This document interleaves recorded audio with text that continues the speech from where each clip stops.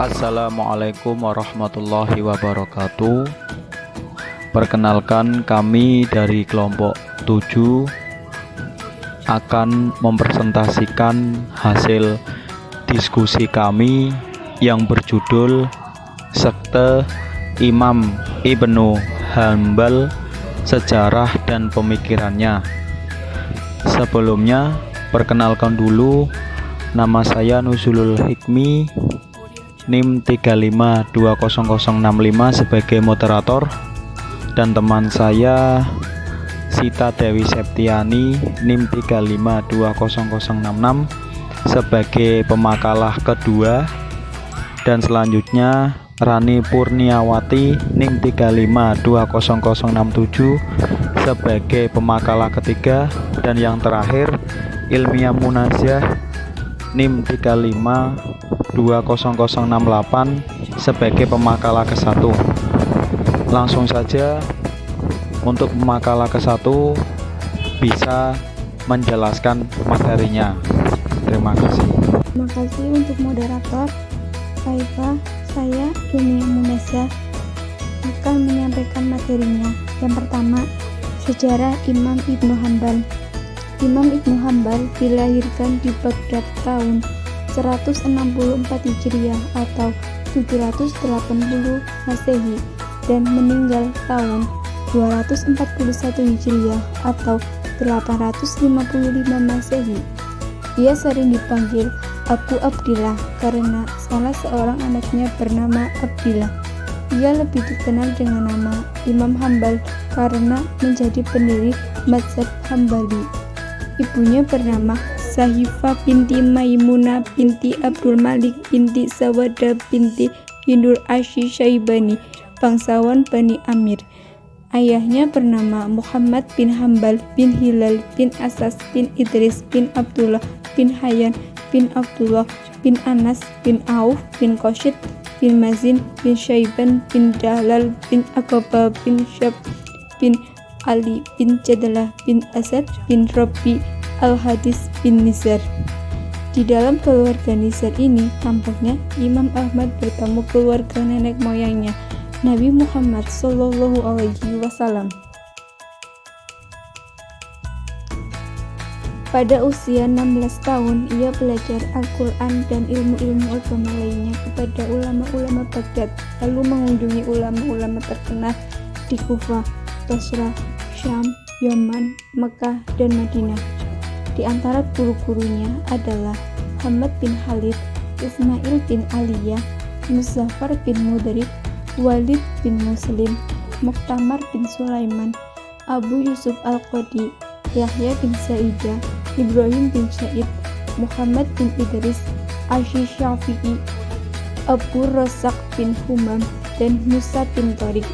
Dari guru-gurunya, Ibnu Hanbal mempelajari ilmu fikih, hadis, tafsir, kalam, usul, dan bahasa Arab. Di antara murid-murid Ibnu Hanbal adalah Ibnu Tami'ah, Hasan bin Musa, Al-Bukhari, Muslim, Abu Dawud, Abu Surah Ad-Damsyiki, Abu Surah Ar-Razi, Ibnu Abi Ad-Dunya, Abu Bakar Al-Asram, Hanbal bin Ishaq, Asy-Syaibani, Soleh, dan Abdullah. Kedua orang yang disebutkan terakhir merupakan putranya. Untuk selanjutnya adalah pemikiran Imam Ibnu Hanbal. 1. Tentang ayat-ayat mutasyabihat. Dalam memahami ayat Al-Quran, Ibnu Hanbal lebih suka menerapkan pendekatan lafzi atau tekstual daripada pendekatan takwil. Dengan demikian, ayat Al-Quran yang mutasyabihat diartikan sebagaimana adanya. Hanya saja penjelasan tentang tata cara atau kaifiat dari ayat tersebut diserahkan kepada Allah SWT. B. Status Al-Quran. Salah satu persoalan teologis yang dihadapi Ibnu Hanbal yang kemudian membuatnya dipenjara beberapa kali adalah tentang status Al-Quran. Apakah diciptakan makhluk karena hadis baru ataukah tidak diciptakan karena kodim?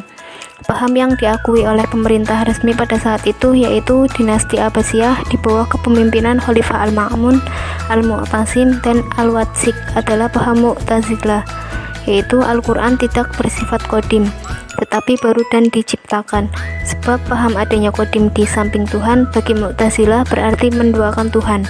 Menduakan Tuhan adalah syirik dan dosa besar yang tidak diampuni Tuhan. Tampaknya Ibnu Hambal tidak sependapat dengan paham resmi di atas. Oleh karena itu, ia kemudian diuji dalam kasus mihnah oleh aparat pemerintah. Pandangannya tentang status Al-Quran dapat dilihat dari dialognya dengan Ishaq bin Ibrahim, gubernur Irak. Berdasarkan dialog di atas, Ibnu Hambal tidak ingin membahas lebih lanjut tentang status Al-Quran. Ia hanya mengatakan bahwa Al-Quran tidak diciptakan. Ini sejalan dengan pola pikirnya yang menyerahkan ayat-ayat yang berhubungan dengan sifat Allah kepada Allah dan Rasul-Nya. Bagi Ahmad bin Hambal, iman adalah perkataan dan perbuatan yang dapat berkurang dan bertambah. Dengan kata lain, iman itu meliputi perkataan dan perbuatan. Iman bertambah dengan melakukan perbuatan yang baik dan akan berkurang bila mengerjakan kemaksiatan. Sikap Ibnu Hambal yang dengan keberanian dan takut mati mempertahankan keyakinan tersebut. Menurut Ibnu Hambal, mempunyai banyak pengikut di kalangan umat Islam yang tak sepaham dengan Mu'tazilah. Paham ini dikenal dengan Salafiyah klasik. Terima kasih kepada pemakalah 1, 2, dan 3 sudah menyampaikan materinya. Baik, untuk sesi tanya jawab bisa di learning. Itu saja yang bisa saya sampaikan, kurang lebihnya mohon maaf. Bila taufik wal hidayah. Wassalamualaikum warahmatullahi wabarakatuh.